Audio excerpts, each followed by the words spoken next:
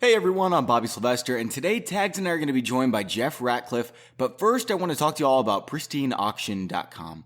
We've got the signed Odell Beckham jersey giveaway going on right now, and signups end Sunday. All you have to do to enter is screenshot your iTunes review and subscription to us at contest@FantasyPros.com. Pristine Auction is also giving away a signed LaDainian Tomlinson helmet, a customized Patriots guitar signed by Tom Brady. They have all kinds of great memorabilia, so check them out. And when you support them, please make sure to let them know Fantasy Pros sent you. That way we can keep doing these giveaways. All right, let's talk some football.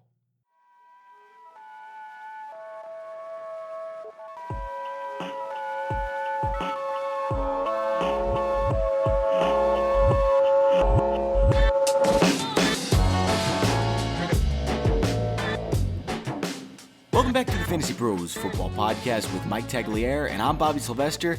Tags, I hope you're starting to prepare for next year's Combine because it is going to be ugly for you, man. Oh no, it's not. We've had the results of our poll come in. We're going to ask our guest today about this poll, and we're going to see if he thinks that you're as ludicrous as I do, because you lost that poll like easily. Like you are the severe underdog. I want to say it's like 84% to 16%. 88 to 12. I love being the underdog. I know what Jeff is going to say. I've got a lot of facts to back it up, so I'm ready for it. Anyway, our guest today is Jeff Ratcliffe of ProFootballFocus.com. He's always among the most accurate experts for draft rankings and in-season weekly rankings. His IDP work is top-notch too. Jeff, thanks for joining us again.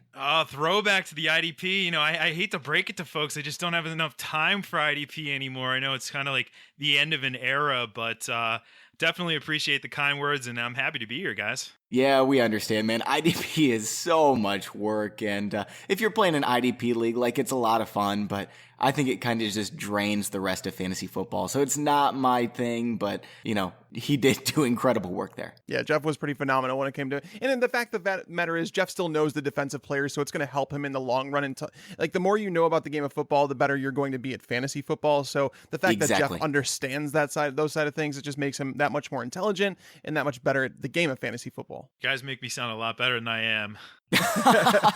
Okay, Jeff, let's get to this real quick, okay? So the bet is, and I know what you're going to say, but let's just hear it anyway, okay? The loser of this bet has to do the NFL Combine events and post on Twitter. So it's Amari Cooper face Sammy Watkins for points per game. So, you know, injuries are taken into account. Obviously, Watkins has an injury history, but it's points per game. So I'm assuming you have Amari Cooper here? Yeah. I mean, I'm not as down on Sammy Watkins as some people are. I think that Jared Goff's going to take a step forward. People immediately write him off, and this isn't a Ryan Leaf scenario. I mean, Goff maybe should have went first. Whatever, you could split hairs there. Yeah, Goff has some skill, and he's going to be in an offense that's more amenable to his skill set this year. But that being said, Amari Cooper, I mean, he showed it in the third preseason game. The question with him is, can he sustain it throughout the course of the entire season? But I got to go with Cooper there. So you got to do all the Combine events, huh? Yeah, Bobby's going to be doing all of them because he has got like an 11-inch vert. We'll see about that. I want to make my case for Sammy Watkins really quick, okay? First of all, Oakland has the second hardest schedule strength this year in the passing game. Sammy Watkins is the better athlete in Combine. He has less competition. Michael Crabtree's still there. The Rams don't have anyone anywhere close to that. Plus, there's this, okay? Tyrod Taylor had less passing yards than Keenum and Goff combined last year. In their last 16 healthy games, Watkins has 8 less receptions, 200 extra yards, and double the touchdowns as Amari Cooper. As we mentioned, health is involved here. Watkins has the injury history. Otherwise, I think his ADP would be right up there with Amari Cooper. So I'm a big believer in Sammy Watkins still. I'm still willing to take him in the 4th, 5th round. I'd take him even higher than that if he was being drafted higher. But I just think Amari Cooper is a little overrated, and Sammy Watkins is way underrated right now. Hold on a second. So as for the whole Sammy Watkins thing, I'm actually with Jeff on this, where I'm not like completely off Sammy Watkins. I got him in an auction last night, an industry auction, for $12. And I mean, I'll take Sammy Watkins. I think he's a low-end wide receiver too. But let's not pretend going from Tyrod Taylor to Jared Goff is not a significant downgrade downgrade to Watkins. You could talk about the targets, but Sammy Watkins, when he was actually playing the games that you're referring to, Bobby, who was he playing with? Robert Woods? I mean, who was his sidekicks there? Now Cooper Kupp, LaShawn McCoy. The Bills had 28 rushing touchdowns last year. That's a running back, though. I'm talking about the wide receiving cast. Cooper Kupp arguably fits the skill set of Jared Goff much better than Sammy Watkins does. Again, I'm not completely off Watkins. I'm not saying that, but to say that Watkins is going to outperform Cooper, I think is a very, very, very long shot. And if it happens, Bobby, I'm going to be more than happy to do that combine, but I'm just telling you now, it's not happening. I'm going to be videotaping it, and it is going to be beautiful. I can't wait for it. So, guys, our show today, I think this is maybe the most important show of the season. I mean, Sleepers is fun. We're going to be doing hot takes later in the week, which is going to be a blast too.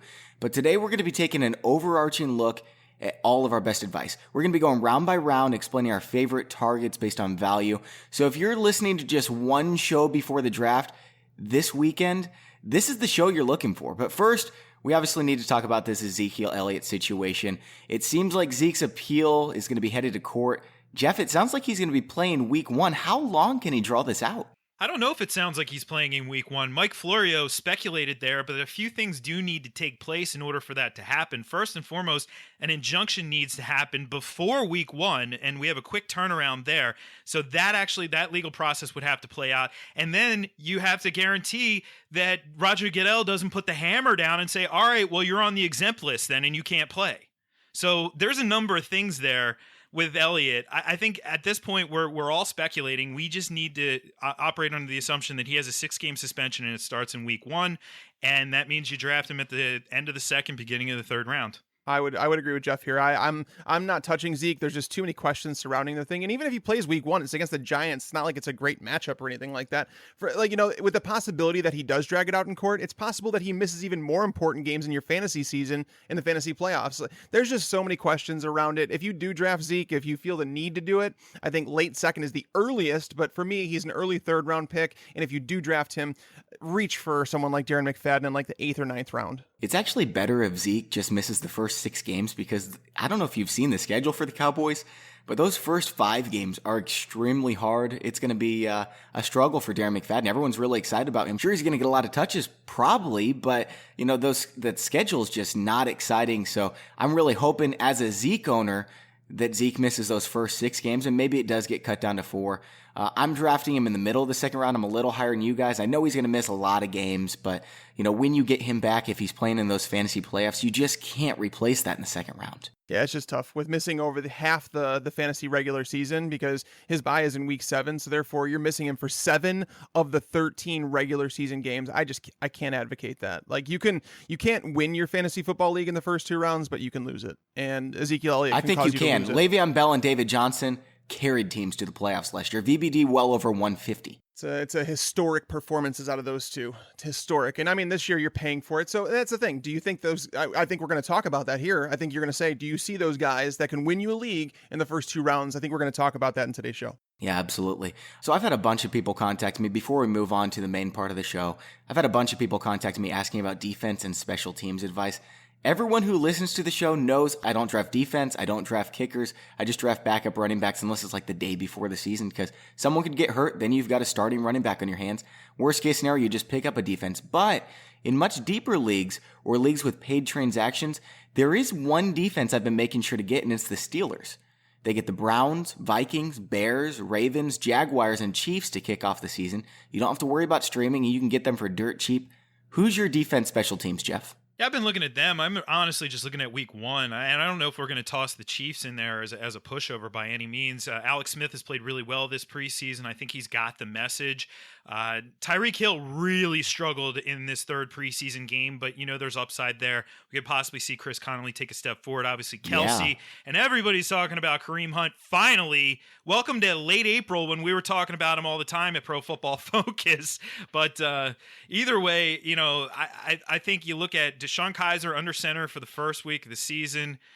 giddy up. And especially if they end up signing Joe Hayden, which it sounds like they may end up doing so. Joe Hayden still has a little bit of gas left in the tank. He was just making too much money for that team. Yeah, and that's the rumor, is that Antonio Brown is vying for Joe Hayden, saying that he wants the Steelers to sign him. It would just help their cornerback depth, and the addition of Watt to the defense. Like, they didn't really have significant losses this offseason, the Steelers, so their defense could be taking a step forward. They have a great schedule. I've been looking at week 1 as well. I think Jacksonville is a defense that I'll end up in with more leagues than not, because I just think that they're a team that can go out through the entire season and finish as like a top 5 defense. I think it took some time for them to gel last year, but as you saw the season go on, they got better and better and better, and then they go out and add Calais Campbell, AJ Boye, and this defense just looks like it's set to make a strong run. And that's the issue with this Jaguars quarterback situation, right?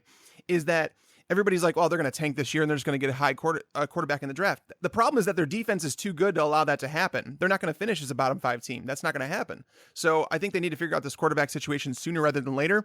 And I think a trade for Alex Smith may be in order towards the end, towards that trade deadline. I'm not going to dismiss that. I think that's a realistic possibility. That's interesting. I don't know if it would improve them that much. I'm not saying Alex Smith isn't better than Blake Bortles, but I am saying I don't think he's that much better where he can just step into a new offense and carry this team to the playoffs. You look at what the Texans did last year, and their defense completely carried them. I think Blake Bortles is probably better than their quarterback situation. Everyone's talking about the Texans going to the playoffs. I think this defense is good enough to get the Jaguars to the playoffs. Just give the Bortles thing up, right, Jeff? Just tell him to stop. He had the off ramp. I did, but he refused to take it. You're telling me that Tom Savage is better than Blake Bortles? He might be. I don't know. Yeah, no way, dude. No, I mean they're both in the same realm. I mean, why do we even care? Right. Bortles is a better quarterback. Bortles is a better quarterback. Tom Savage is a better fit in Houston because he knows Bill O'Brien's crazy, complicated offense, and Deshaun Watson doesn't, and it showed in this preseason. That's why he's performed really poorly. Mm-hmm. Yeah. Okay, guys, let's get on to this. We're going to talk about the first round first, and we'll talk about the best values here. I think it's obviously number 1 and number 2, but besides that, I think there's a pretty steep drop-off right after number 8 with A.J. Green. I would prefer A.J. Green quite a bit more than LaShawn McCoy or Melvin Gordon or Devontae Freeman. Where do you guys stand here? I think this year you have to take the first 7. You have the big 2 at running back and then the top 5 wide receivers. But depends on your starting lineup requirements. I mean, if you're starting 2 wide receivers, your wide receiver depth on waivers is going to be insane this year. That's why I always advocate 3 starting wide receiver spots. It totally devalues that wide receiver position, so you don't need to prioritize those guys as early. So then you look at Gordon. McCoy is a little concerning because of the state of the offense, but they're going to get him the ball, and that offensive line still has talent. It's just state of the offense and his age. Melvin Gordon is really intriguing this year, though. Anthony Lynn, a head coach, so bringing that run game in, there's no competition for touches. He's already looked good in the preseason. He looks like he's well beyond that injury from last year. So that'd be the one scenario where I might be tempted to bump Gordon or McCoy up above the sort of Evans, AJ Green mini tier there, is if I don't have 3 starting wide receivers. That's bold. I mean, me with Gordon, I've talked about it in this show before, and I know Bobby, I'm interested to hear Bobby's thought on that, because I know Bobby, I want to say he's got Gordon outside of his top 20 players. So I know Bobby's low on Melvin Gordon. Not that far, but it's close. But me, I want to be in the middle of the round. If I'm not getting one of those top 2 picks, like people have asked me before, what pick would you pick? If I have the selection, you take number 2, because I preferred Le'Veon Bell number 1, but you can't make a wrong choice. If someone takes him there, you get David Johnson at 2. Okay, consolation prize. But if you miss out on those picks, I definitely want to be. I think a top 5 pick, top 6 pick is ideal. Jeff said 7. I think that's fantastic too, because I'm okay with AJ Green or Mike Evans. Which one? I think it depends on which day you ask me. I think AJ Green might be a little bit more safer when he's on the field. Mike Evans has a lot of things changing around him, but his ceiling is massive because, there's no other touchdown scorer on that team. Whereas, AJ Green, there's so many guys in that team that are going to catch passes, including Tyler Eifert stealing, that red zone work. So yeah, the easiest pick in this round for me is Le'Veon Bell. Yeah, it's Le'Veon Bell for me too. In fact, I just traded a ton. I traded 1.7, my 2nd and my 4th to move up and get Le'Veon Bell. I also got like a 7th and 9th back. But if you look at the VBD, what Le'Veon Bell was doing last year, prorated, would have been the best fantasy season in 10 years. 2,500 yards from scrimmage. If he can stay healthy, he will single-handedly carry you to the playoffs. Enough that I was willing to give up my 1st, 2nd, and 4th to get it. Because if you look at their expected VBDs with that 7th overall pick, 2nd round, 4th round, it falls quite a bit short. Like, we're talking 40 points short. So I would have actually given up more. I just think having a first or second overall pick is just huge this year. And that's why you got to do auction drafts, because someone's going to get lucky. I think that's too much. I mean, I granted, you've done a lot of work on this. I know, Jeff, you've done a keeper chart too, in terms of like what the value of draft picks is. What do you think of that trade? Like, me personally, you said 1-7 in the second round. So you're talking about like the middle of the second round, when you're landing, a workhorse running back, or sometimes even Michael Thomas. What do you think of that trade, Jeff? I think it's too much to give up. Now, I should note that I'm very conservative when it comes to trades, so I wouldn't have made that move. The second round pick is too much of a premium for me. And as you go further and further, like those 7th and the 9th round picks you got back, there's really not that big of a difference between those picks, much less comparing those to the second round pick. So I can understand why you did it. You go after Bell. I don't know if Bell is as much of a slam dunk as he's being made out to be here, though. And there's one big, glaring, humongous reason why. Last year, carries inside the 5-yard line. David Johnson had 25 of them. Only one player had more, and that was LeGarrette Blount. Le'Veon Bell had 7. Now, he didn't play the entire season. He didn't play as many games as Johnson did, but he had 7. 7, that's it. That's a huge concern. Now, Johnson scored 20 combined touchdowns. I think we have an indication of why.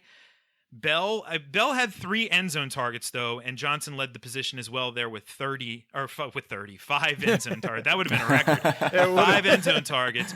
So 30 combined between his 25 carries inside the 5-yard line and his 5 end zone targets. Lots of looks in that premium area of the field.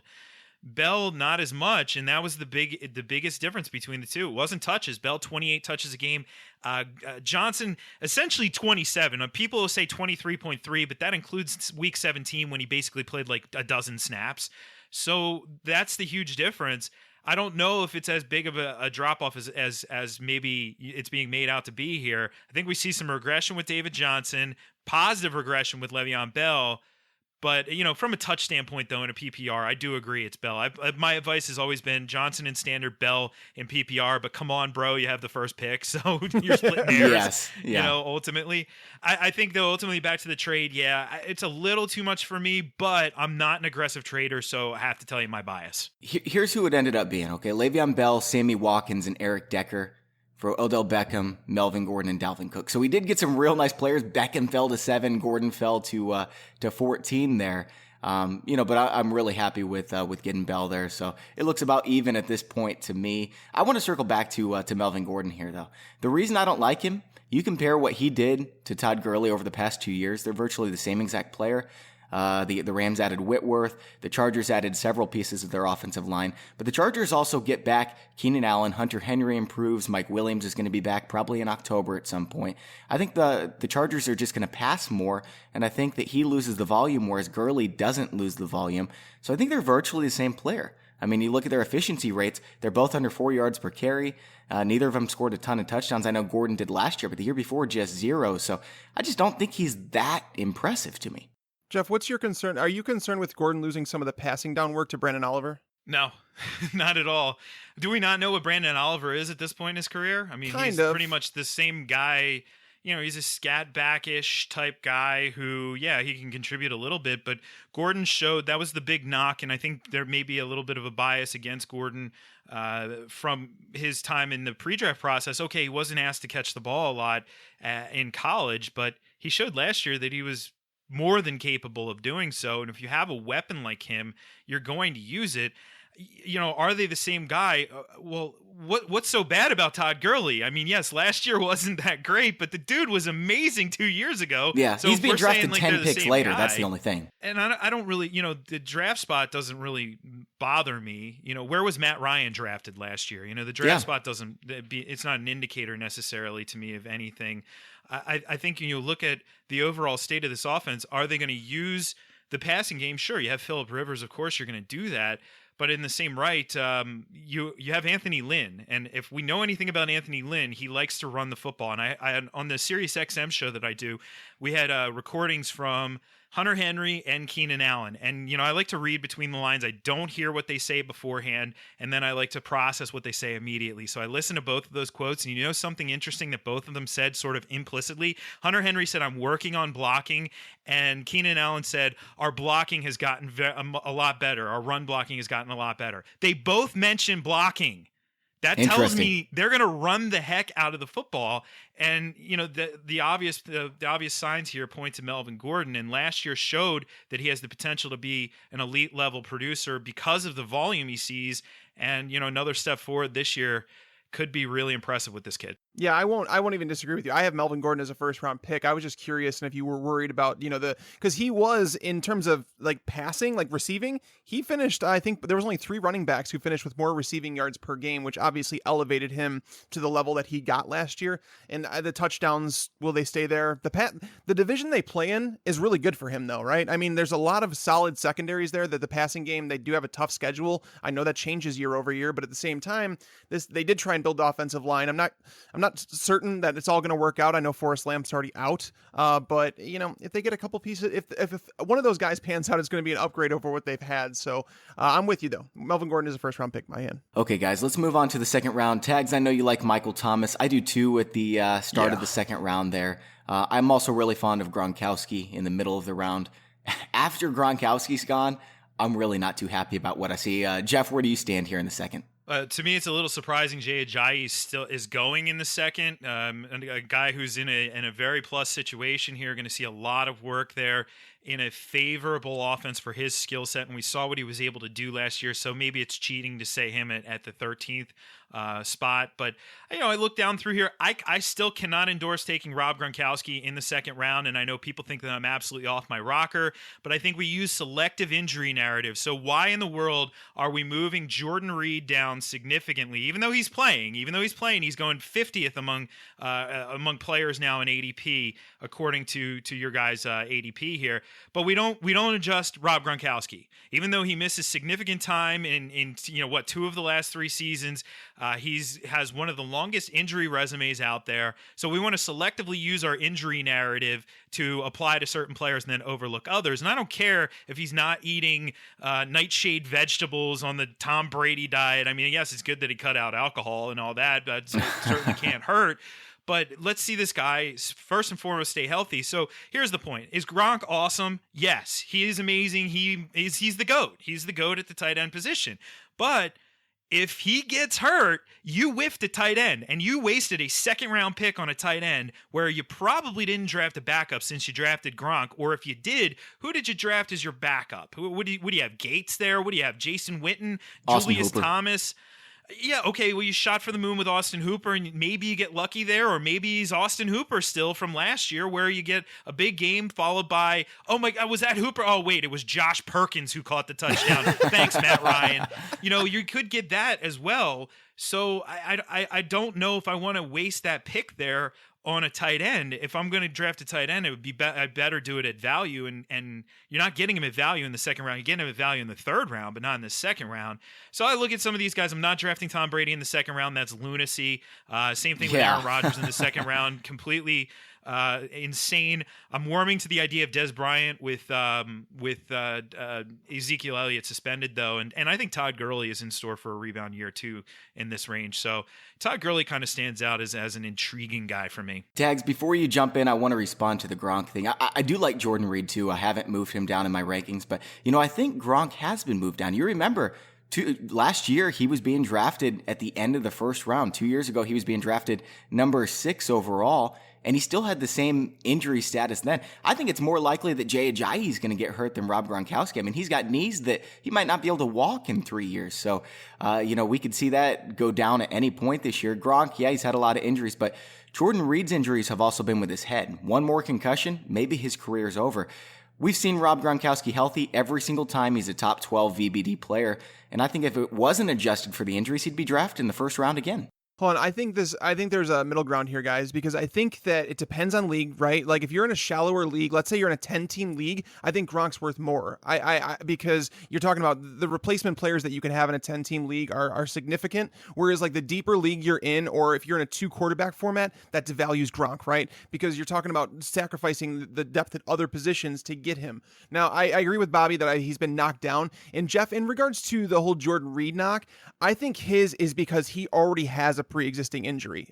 A fracture in his foot, that just doesn't sound good for a guy that's been pretty fragile throughout his career. And again, I'm usually one betting against injuries to happen, but right now I would take Greg Olsen over Jordan Reed just because Jordan Reed already has a fracture in his foot that caused them to make special shoes for him. I just think we've seen this before with guys like Julio, guys with Julian Edelman trying to play through foot injuries, Des Bryant, even most recently Sammy Watkins. So foot injuries can be terrible for those guys.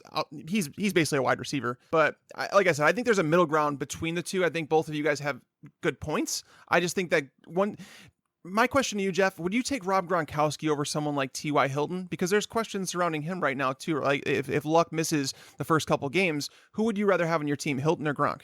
Yeah, see, I've fortunately not been in a position where I've had to make that kind of a decision. Right.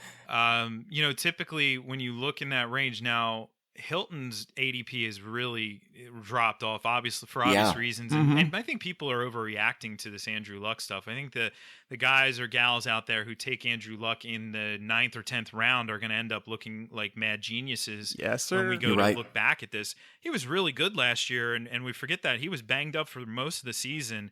And they haven't signed a vet. There's nobody there. Tolzien, Stephen Morris. Maybe we get Stephen Morris under center for week 1. Like that sounds like fun.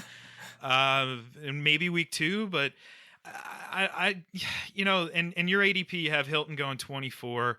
So you look at Hilton 24, you got Cooks at 25.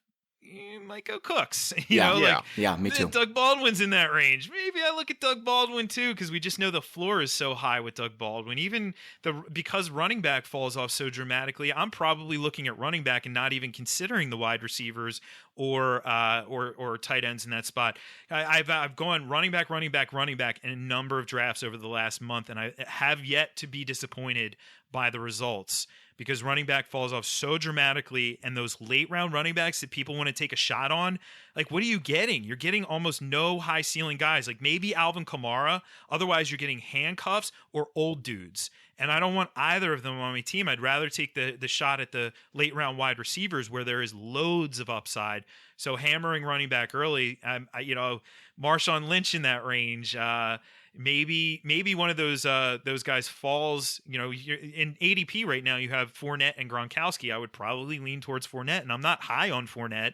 It's just the direction I'd go. I agree. And I think Gurley, Michael Thomas would easily be my favorite pick among this group from 13 to 24. I don't know how he's sliding as far as he is to pick number 17 in ADP right now. But yeah, I'm with Jeff, where I usually end up with someone like a Todd Gurley or a Leonard Fournette over Gronk. But I think it's an interesting debate. And it does put you behind the 8 ball, right? Because if you take a wide receiver in the first round, then take Gronk in the second, you're going to be essentially left with Lamar Miller maybe, or Dalvin Cook as your RB1. And it's not really a position I want to be in. Kareem Hunt. How about Kareem Hunt there? I mean, he better not fall that far, because if he does, then your league mates have screwed up, because he should be arguably like a late second, early third round pick right now. Yeah, early thirds where I've been advising, and I said you wouldn't be crazy if you took him in the late second. Yeah, agreed. And so Jeff and I are agreeing on way too many things here. We got to disagree at some point. All right, so Tags, why don't you start us with the third round? But first, let's hear from PlayDraft.com. So I got hooked on these best ball leagues last year. For those of you who haven't played them, it's where you draft a huge 18-team roster. No kicker, no defense. You don't make moves during the season. You don't have to set your lineup, pick up waiver wire guys, make trades. There's so much strategy in this season. It just takes your best lineup every single week. So it's like a fresh take at fantasy football. I've been doing all of these on playdraft.com, and over on their app, you just type in draft on the App Store or Play Store, and it comes up first. And when you sign up and deposit using playdraft.com/fantasypros, you're going to get a free entry into a best ball league. Plus, you're going to get notifications anytime Tags and I create a draft that we can draft against us. Again, that's playdraft.com/fantasypros.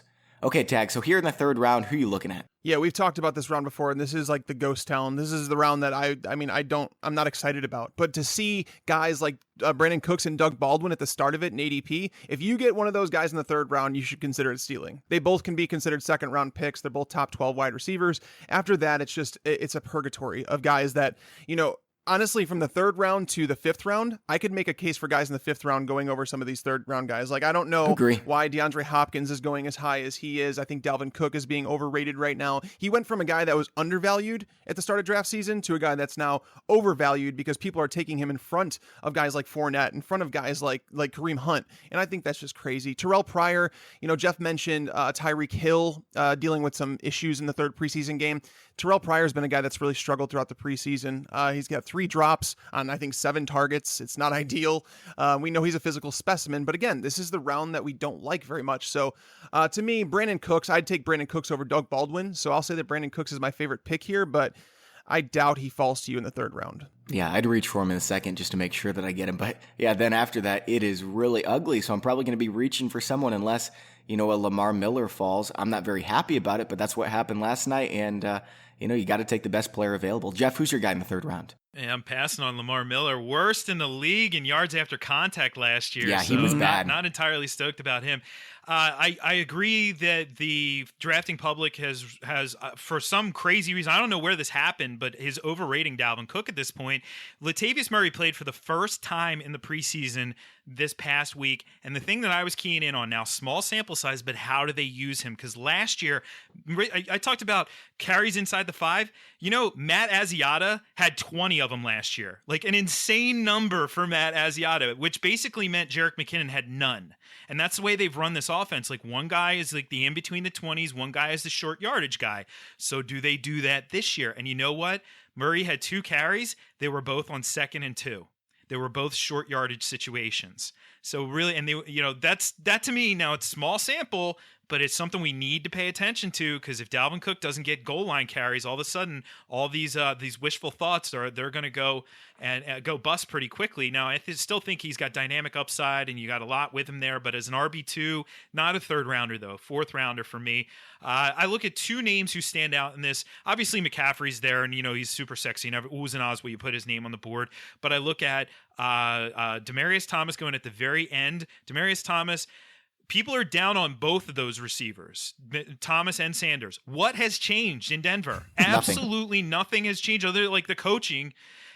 The coaching has changed to more pass-heavy coaching offense. Like Mike McCoy's going to throw more. So nothing has changed there. You get him at half a value. Yes, he's dinged up with the groin injury. No worries there. They're just precautionary. Isaiah Crowell as well as the other guy. I like the fact that Kaiser is under center now. That's volatile as all get up. Like, he's got a long way to go. It's going to be a rough year, but there are going to be times where Kaiser really looks impressive. There are going to be other times where he looks really bad. But this is better for this offense as a whole for the long haul. We also know, though, Hugh Jackson loves to run the football, and they were really good at running the football last year. They just didn't do enough of it. So Crowell there behind a great offensive line. If you go RB, RB, RB, and Isaiah Crowell is your 3rd running back, that's not a bad start to a draft. What do you think about that, Bobby? Have you come around on Isaiah Crowell? Like, do you understand the points that everybody's making on him? Oh, yeah, I definitely understand the points. I just, I think that there's going to be so many negative game scripts that Crowell's, again, not going to end up with that much volume. And they're going to pass to Duke Johnson when they're playing from behind quite a bit. So I don't like him at number 30. I'd take him in the start of the 4th round. I don't have a problem with that. He's a great second running back. But there's guys I'd prefer more. Kareem Hunt, as you mentioned. I think most of our listeners will be able to get Kareem Hunt in the 3rd round, and I think you ought to pull the trigger.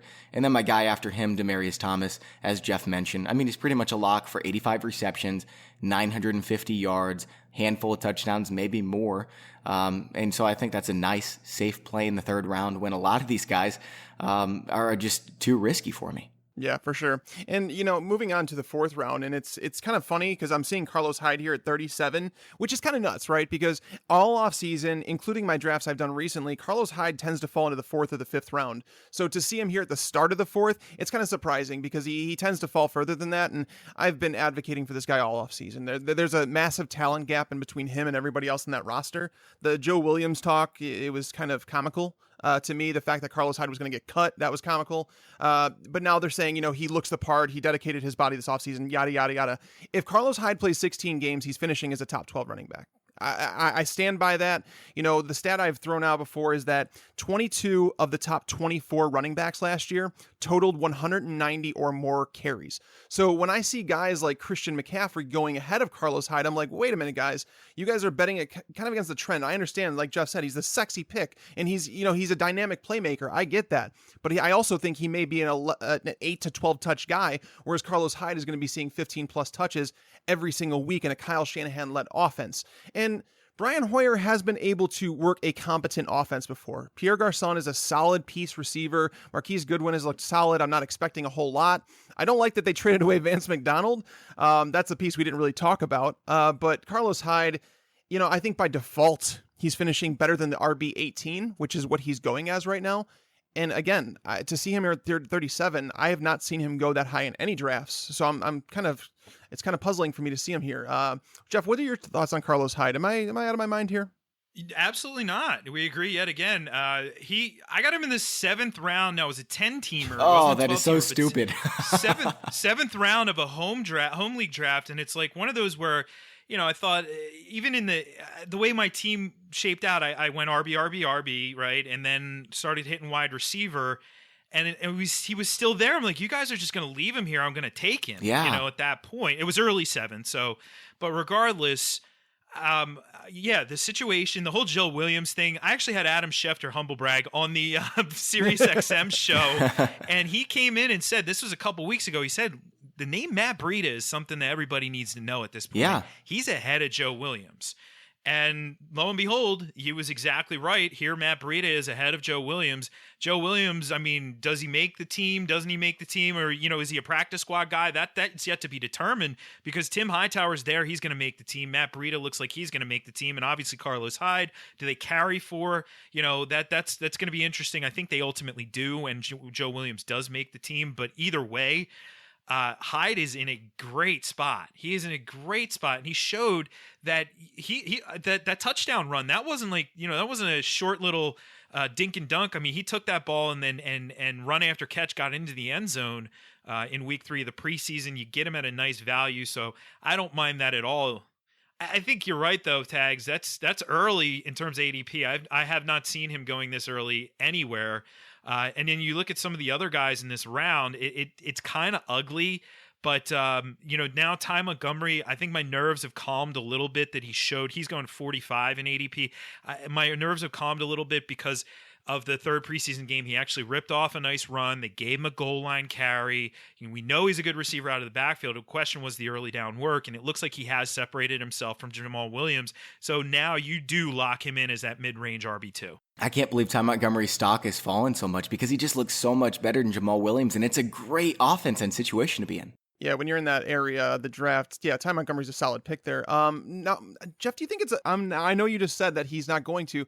I think it's a possibility that Tim Hightower gets cut. I think they invested a lot in Joe Williams, and again, they may carry the 4 running backs, but do you not think it's like a 0% chance that Tim Hightower gets cut? I wouldn't say 0. There's never 0. I mean, anybody can get cut in the NFL. We know that. They gave him the game off. Now that's the question. How do we read into that? Is that a scenario like, all right, this is an older guy who we do want on the team. We don't want him banged up, so take the week off. Or is this, all right, we've seen everything we need to see. We're just waiting until the time when we are allowed to cut you, because the rules are different this year, right? They allowed them to keep these guys a little bit longer because the teams were going into the 4th preseason game saying, hey, we already had roster cut downs. We got to play some of our stars. We don't want to play these guys in the 4th preseason game. So they changed those rules up. I don't know. I'm really not sure what's going to play out there. For dynasty purposes, though, everybody was a buzz about Joe Williams early on there, and good combine performance, good performance after he quote unquote retired from football last year. But small sample size, and just because a coach talks somebody up in rookie minicamp doesn't necessarily mean that's going to come to fruition during the season. Yeah. Yep. Okay, guys, so I really love the 4th round, by the way. I love Joe Mixon. I know that Jeremy Hill is technically starting, but Mixon's getting all the carries there right now. He looks electric, and Jeremy Hill just kind of looks like a turd, like he has been. So I think this Cincinnati offense is going to score a lot of points. I know their offensive line isn't as good, but they've got some serious weapons. Green, Eifert, Joe Mixon, they're going to put up some points. I also love Devontae Adams here, as Tags talked about in the last show, the wide receiver tiers. He was just so good last year once he finally got on the field. Keenan Allen's still my boy. He looks pretty awesome. I know that the Jeff is saying the Chargers are going to run more, but Keenan Allen, when he has played, has been dynamite, getting a ton of targets. Ty Montgomery, we talked about. CJ Anderson, I'm a fan of. And I'd even reach for Sammy Watkins in the end of the 4th round. I've already given my reasons for that, though. Yeah, Sammy's going in the 5th round. I mean, let's go to the 5th round. So, Bobby, let's give you the chance to start off the 5th round. So, in between picks 49 and 60, who is your favorite guy in there? So, is it Watkins? Oh, it's definitely Watkins. After Watkins, I like Jordan Reed. I don't think he should be going in the 5th. Allen Robinson is close. If he drops, I'm pulling the trigger. Not above Sammy Watkins, but I still like Allen Robinson. Golden Tate, Larry Fitzgerald. I just think they're safe plays. Probably 90+ receptions, which means 900+ yards, maybe 1,100 yards. Neither of them's going to score a ton of touchdowns, but it's a safe play. And I'm even reaching for Bilal Powell here in the 5th round. All right, Jeff. So who do you like in this round? Martavis Bryant is screaming my name right there. I just think that it's hard to find the upside, like the ceiling that he potentially offers you as the 25th wide receiver off the board. Or would you prefer someone safe like Larry Fitzgerald in this range? If it's a PPR, I don't mind taking Larry Fitzgerald in this range. He gets a little bit overlooked. And last year, I mean, what did he rank? 5th in targets among wide receivers. So massive volume. I don't think that's going to change this year. Bryant, I find that Bryant goes before I'm willing to take him in almost every draft. He is that sexy pick. I've seen him go in the 4th round in a lot of instances. In the same right, somebody we didn't talk about in the previous round keeps falling, Allen Robinson. And I get it. I understand why people are down on him. I know you're scorned from last year because he was a 1st round pick and he didn't finish that way. But now he's about a 4th or 5th round pick. And there becomes a point where everybody is a value. And you're telling me a guy who's shown in the past that he can be a wide receiver when I don't expect 1,400 yards and 14 touchdowns this year, but he's shown in the past that he can do that he is capable of doing that. He sees heavy volume in the offense. And I don't care if it's Blake Bortles or Johnny Manziel or Tom Brady. Well, it's Tom Brady. It's going to be a whole lot better. But regardless, I don't care who's throwing him the ball. Give him to me in the 5th round. You're handing to me on a silver platter. So he's right on that turn of the 4th, 5th, or 5th, 6th, 4th, 5th, that is, in the ADP. So I don't mind looking at him there. What's the difference between him and DeAndre Hopkins? Yeah, I mean, I guess it's a good point. We've seen a tad bit more out of DeAndre Hopkins, but DeAndre Hopkins going significantly ahead of him in this ADP. It is really interesting. A couple other quick players to mention here. Kelvin Benjamin, I think, looks well beyond that injury. And last year, I mean, in standard, he was the number 20 wide receiver, so 24th wide receiver here in ADP. Not a bad spot. And that offense is going to be a little bit different this year with the more dynamic guys in the offense. And then you mentioned Billy Powell. Please cut Forte, please. Yes. Can we cut Forte? Can I get some 85-yard touchdown receptions on a weekly bet? I don't expect a weekly basis, but the Powell showed. Granted, that was a foot race to the end zone, and he looked like he tied a refrigerator on it about the 15-yard line. He was about caught, but regardless, Bilal Powell could see heavy volume if they do end up cutting Forte, because I don't think they find a trade partner. So him in this range of the draft, 5th, 6th round range, wow, yeah, I definitely like that. Yeah, love it. If you go wide receiver heavy early and you get 3 wide receivers and then grab 2 running backs, so maybe in the 4th, 5th, 6th round, Bilal Powell is definitely one of those guys. Amir Abdullah is someone. I don't want to take him in the 5th round. He's right there on the border of the 5th and 6th round. I think that people have forgotten how good Amir Abdullah can be. He's someone that was drafted by Detroit over David Johnson. And if you recall, the Arizona Cardinals wanted to draft Amir Abdullah over David Johnson. Like, the talent level is there with him. He just hasn't been able to stay on the field. Granted, it's somewhat of a timeshare, but it's also a better situation than Bilal Powell. Those two, I have difficulty trying to decide between the two, but I do think it's Bilal Powell in PPR, maybe Amir Abdullah in standard. All right, so guys, 6th round, and I've come a long way on Stephon Diggs. I actually have him as my favorite target here in the 6th round now over Mike Gillislee. I'm not saying I'm worried about Rex Burkhead, but I am worried that Gillislee's not going to be consistent. Like, one week we're just going to have, 8 carries instead of the 15 that I would hope for. And Stephon Diggs, I don't think that's going to be the case whatsoever. They have by far the easiest schedule. Stephon Diggs is a dynamite athlete. And, he has a good connection with Sam Bradford. So I'm a big believer in him here. I also like Doug Martin, but this is the highest I'll go is the 6th round. His ADP is now in the 6th round. I was a big truther, but this is getting too high, guys. It's getting out of control, Tags.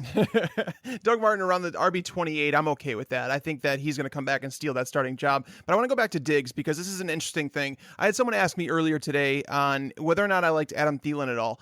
And I said, no, not particularly. And the reason I can't like him very much is because if we're projecting Kyle Rudolph to finish as a top 8 tight end, which I think he is, if I'm projecting Stephon Diggs to break out, we can't really expect much out of Thielen. I don't think that this offense and Sam Bradford can support 3, relevant fantasy players. And on top of that, people are talking about Dalvin Cook like he's a 3rd round pick. I don't think he is. But again, I like Diggs so much that I can't like Thielen too much. And Diggs would have been my pick in this round as well, because Kareem Hunt's here, but we know that it's just a lagging ADP, so I'm not going to talk about him. But Jeff, what are your takes on Stephon Diggs and Adam Thielen? Do you think that, I love that they're saying that Stephon Diggs is not going to be locked into that slot role, that they're going to play him outside, and they're also going to move him into the slot. And that's going to allow them to create mismatches, even though I don't know if they need to, considering their schedule, where he's not going to see basically any shutdown corners throughout the season. Yeah, and it's going to be interesting to see what the transition is for this offense. We've heard that Shermer is kind of going to incorporate a variety of backgrounds. This is a guy who he has the West Coast experience. He has this sort of spread Chip Kelly influence as well that he's going to incorporate. And then the very interesting thing is typically when you hear West Coast offense, you think zone blocking.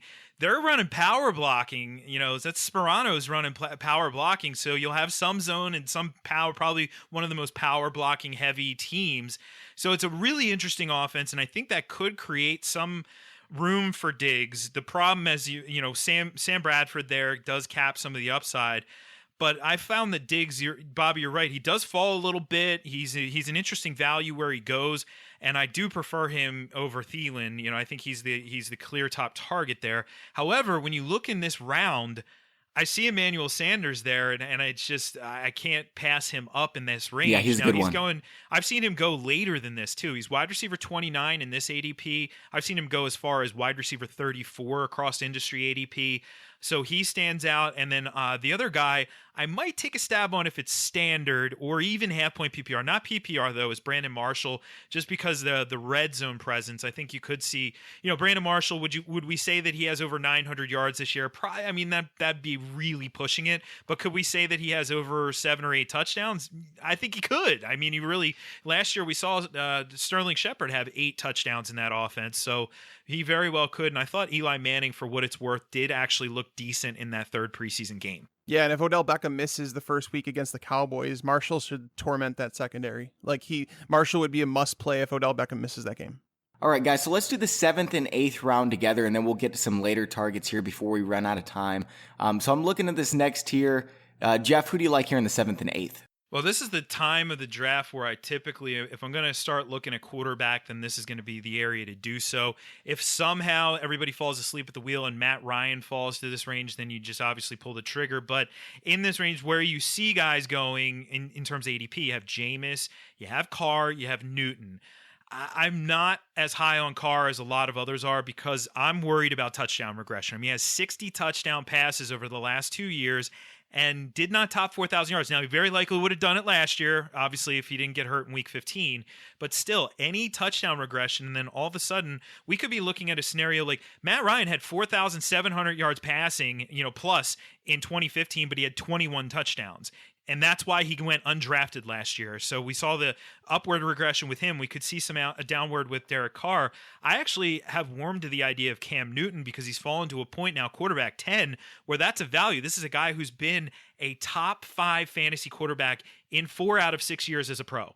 4 out of 6 years. Now, short-term memory says, well, he wasn't last year, but he was the year before. In fact, he was the number 1 overall the year before, and they got him a few more weapons. Now, we hear Rivera saying we don't know what to expect out of him in week 1.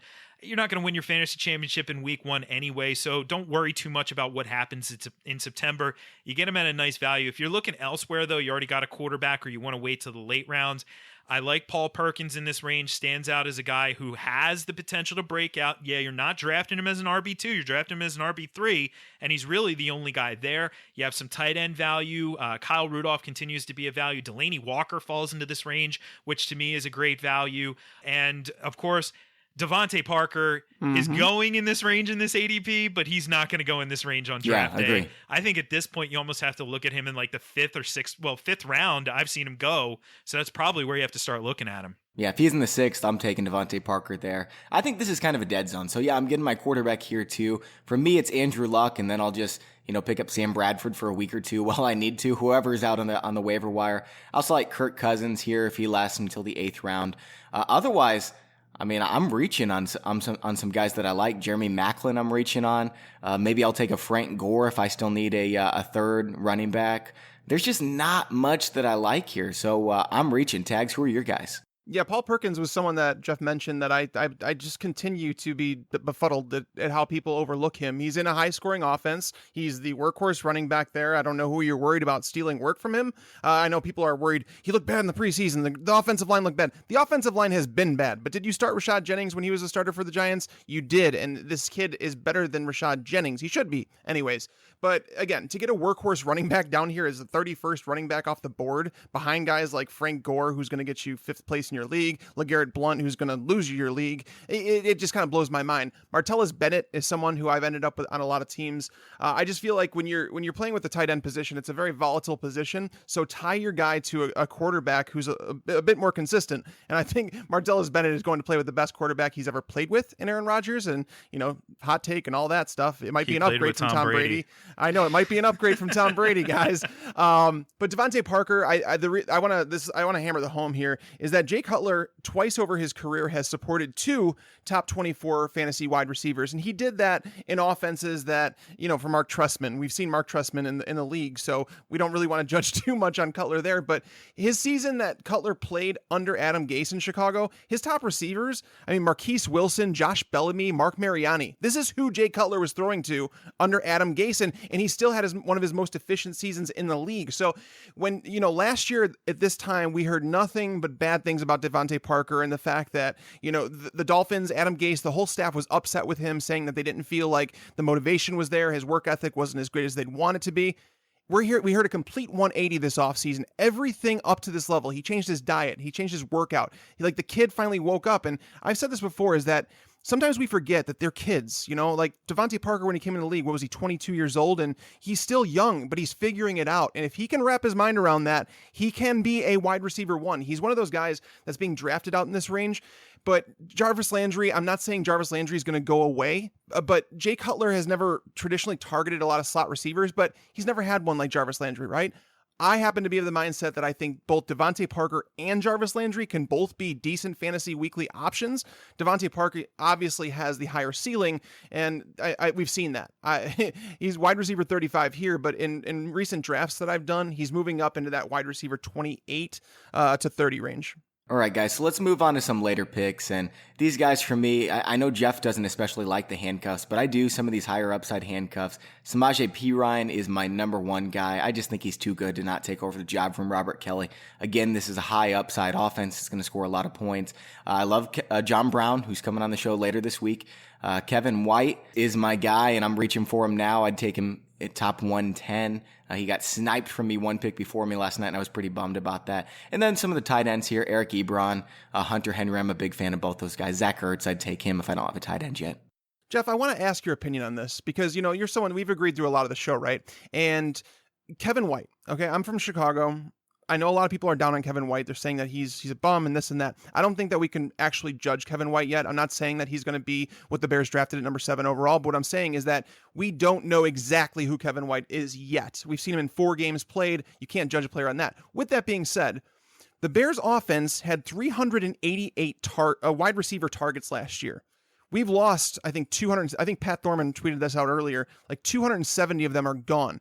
Kevin White is going to walk into a minimum of 110, 120 targets, right? How how are we viewing him? Even if you don't believe in his talent level, where should Kevin White be going in fantasy drafts right now? Well, if you don't believe in his talent level, you haven't watched him over the course of his career. He was a kid coming out of West Virginia who really, he relied heavily on his athleticism, didn't necessarily have to be a polished receiver, but relying on that athleticism got him to where he was drafted, right? And we know that when you have a guy of his size who can run like the wind, who can run 4.3, that's really, really impressive. The problem with him was the running style. And somebody pointed this out to me, one of my Twitter followers. I said, well, how do you realign somebody's running style? Like we're not cars. And he said, well, they're maybe not saying it the right way. He was running heel toe. So when you run heel toe, your heel hits first, then your toe comes into the ground. And for somebody like me or you guys, like it's not really a big deal. But when you're a fine-tuned specimen like him, the torque that was hitting his legs because of that was the problem ultimately. And that's why he kept getting hurt. So if he started running on the balls of his feet, that changes things, and that's what he's been working on. So if he can stay healthy, let's not forget, he almost averaged 10 targets a game over the first 4 weeks of the season last year. So I love Kevin White. I don't love Mike Glennon. I mean, I guess that's the big knockoff or the downgrade here, and the fact that Trubisky couldn't pass up Sanchez on the depth chart, that doesn't help the cause either. I think there's been times where Trubisky's shown flashes in the preseason, but then there's times where he looks like a rookie, and there's been times where Mike Glennon has looked absolutely terrible, and then in week 3 he kind of redeemed himself a little bit and looked a little bit better. But regardless, you get Kevin White for a bologna sandwich in the end of the draft. Why not? You're talking about the top receiver on his team. Yes, and Robbie there's Anderson, another, Robbie Anderson, same thing. You're getting him for nothing. And are we really thinking the Jets are going to score 0 points and average 0 passing yards per game? Like, really? They're somebody's going to get fantasy points there, so we might as well get these guys at value. So I love taking Kevin White late. Absolutely love it. Hey, by the way, Antonio Brown, first 4 career games, 27 yards, 0 touchdowns. So 4 games, you can't judge him. So I want to chime in on this and the fact that, Jeff, you were talking about Trubisky, and so obviously watching the Bears as closely as I do, he looked awful. The third preseason game, yes, he looked a lot better, and it really changed things because Ryan Pace has said, I do not want Mitch Trubisky playing in 2017. He will not play in 2017. It got to the point where Glennon was so bad that they had to say, oh my God, like if John Fox wants to plead for his job, he has to say, I need to put the best player on the field. So fortunately for Ryan Pace and Mitch Trubisky, Glennon showed up in week 3 and he looked at least competent, and that's what they needed. The fact that Sanchez is there, don't worry about that. It's more of the Bears not wanting to play Trubisky because Ryan Pace is attached to him, and if they throw him into action too early, it's going to stunt his growth. It could be like a Jared Goff scenario, whereas like this time last year, people were talking about Goff, and if someone traded 2 first-round picks for him, it would have been nothing, like it would have been a good trade for a team that needed a quarterback. Whereas someone like the Bears, I don't think they're in contention for a Super Bowl this year. I think their defense is better than expected, but they wanted Mike Glennon to have this job for at least a year. I think he does hold on to it to the point where John Fox may get fired over it. But Trubisky, actually, he is the real deal. I'm not a Bears homer or anything like that. I will be honest about the Bears players, but Trubisky, all the tools are there. He looks the part. He's doing it. And yes, you're right. He does make some rookie mistakes, but they're correctable ones. They're not the dumb ones where it's like he's not seeing ghosts and he's not going through his progressions and things like that. All the fundamentals are there for Trubisky. And if he were starting, I'd feel better about Kevin White. But the fact that Kevin White is walking into as many targets as he is, there's definitely value. And I think you can actually say the same thing about Kendall Wright, because I think both of them are on the verge of seeing over 100 targets this year. So, Tags, who are some of your late round targets that you're going for? You mentioned John Brown. We've talked to him about him on the show. We're going to be talking to him on the show on Friday. We've rescheduled that. I'm psyched to talk to him. But going down here, I mean, if you're looking in this range, Jeremy Maclin and John Brown, those are the 2 wide receivers. If you end up with those 2 guys as your wide receiver 3 and wide receiver 4, I'm good with that. John Brown needs to stay on the field. That's important. He really does. But this is the range where you reach on your guys, right? So that's where you need to go. I think Marvin Jones is an interesting target who's going right outside this range. If you're in a PPR league, James White should not be going as the RB47 guys. Like seriously, James White is going to finish as a top 30 PPR running back. I wouldn't draft him as a top 30 PPR running back because the upside there is limited. But if you're going to throw him in, if you have a league with like say 2 flex spots, throw James White in there and just let him do his thing, and he's going to do you a solid drafting him as late as he's going. Okay, so a few more of my names. Zay Jones, I absolutely love. Ted Ginn is another one of my guys. Jeff, can you give us a few more names before we end this thing? Well, yeah, and I actually want to talk about Marvin Jones. I mean, if we're drafting Kenny Golladay ahead of Marvin Jones, again, we're not watching football here. Yes. Marvin Jones is number 2. Kenny Galladay's the 3, and you know what's going to end up happening is somebody's going to draft him excited because of the 2-touchdown performance in the first preseason game. He's going to do nothing for the first 3 weeks. They're going to say, he stinks, and then drop him. And that that's going to happen. So Marvin Jones, I love that call. It's a great call. Ted Ginn's another great call, too, because would it surprise us if Ted Ginn has a career year this year, if Ted Ginn is actually the number 2 receiver there, which could still happen. That is still on the table. Like, Willie Snead has not run away with that. And as of right now, you're getting Ted Ginn basically for nothing, and you still have to pay for Willie Snead in drafts. And I wanted to talk about why I don't like taking handcuffs later in the draft. And it's the same reason why I just mentioned with Kenny Golladay. I ultimately, yes, I agree. Samaje Perine is going to pass up Rob Kelly at some point, but it's not going to happen in September. And what happens with a lot of owners out there, maybe they're not patient like some of the folks who work in the fantasy industry. They draft Samaje Perine. It gets to week 4. They say, this guy stinks, and they drop him. It happens every year. That last year, Jay Ajayi, this guy stinks. Okay, you dropped him, and he really doesn't stink. He's really actually freaking good at football. So that's the problem with taking guys like that late in drafts, is ultimately you set yourself up for your first several drops, as opposed to I would rather go after, if I'm going to go after upside instead of a handcuffed running back, let me go after a guy who can get on the field, a number 3 wide receiver, or in some instances, like some of these guys we've mentioned, number 1 receivers. But you could look at, you mentioned Zay Jones. I don't mind that. The team concerns me a little bit, but you could look at Torrey Smith, who finally people took notice of after he scored a 50-yard touchdown, but he is the number 2 in that offense. You could look to Josh Doxson, who, Jay Gruden said, hey, we don't know what's going on here. We haven't seen enough of him, is basically the quote. And, directly, I don't think it's an indictment. Here, he said, we've only had him for a year, and he hasn't done a lot for us. So basically, Gruden's saying we don't know what we have with him. Not like he stinks. He said, we've only had him for a year. It's not like this guy's been here since 1972 and we don't know what we have. So Doxson, he's shown upside. I don't mind taking a flyer on him. John Ross late, maybe, because you have upside there, but really, really late. Or Tyler Lockett, a guy who has flashed upside already and looks like he'll be good to go in the beginning of the season. Lots of wide receivers there. You could also go after late round quarterbacks in this range. I love the late round quarterback, and I go safe and upside. So I go Andy Dalton, because he's basically a quarterback too, and that's what he is, and Carson Wentz, right? All right, now we got some upside, and we got Andy Dalton. We know we have at least a quarterback 18, right? Tight ends in the late round. You mentioned your guy Austin Hooper. I agree, but I do want to pair him up with somebody. So if I go late round tight end, I'll go Austin Hooper and Julius Thomas, or I'll go Kobe Fleener and Jason Witten. Like, one guy has upside, the other guy has a higher floor, but maybe not the higher ceiling, right? So that's the approach generally that I've been trying to take. Yeah, Jason Witten continues to be undervalued, especially in PPR leagues. At a position that it's so volatile and so touchdown dependent. Like last year, if you scored a touchdown as a tight end, you were going to finish as a top 15 tight end. So Jason Witten provides you some stability, especially when Des Bryant is seeing the attention that he is, the lack of options there. No Ezekiel Elliott for 6 games. Jason Witten, if you stack your roster everywhere else and then end up with Jason Witten and Austin Hooper as your tight ends, you should be more than happy with that. Jeff, thanks for hopping on, man. I know we're kind of wrapping up here, but I want to give you a fist bump, because I know Jeff and I, when we used to argue on like the PFF pods, we never agreed on players, but this year it seems like we're in sync. So I'm happy to be in agreement with you, Jeff. I think I'll end it there. Yeah, we gotta go hop in the DeLorean, go back in time, and tell those guys they didn't know what they were talking about. Yes, we do. Thanks a lot, Jeff. It was a lot of fun. Absolutely, guys. Thank you.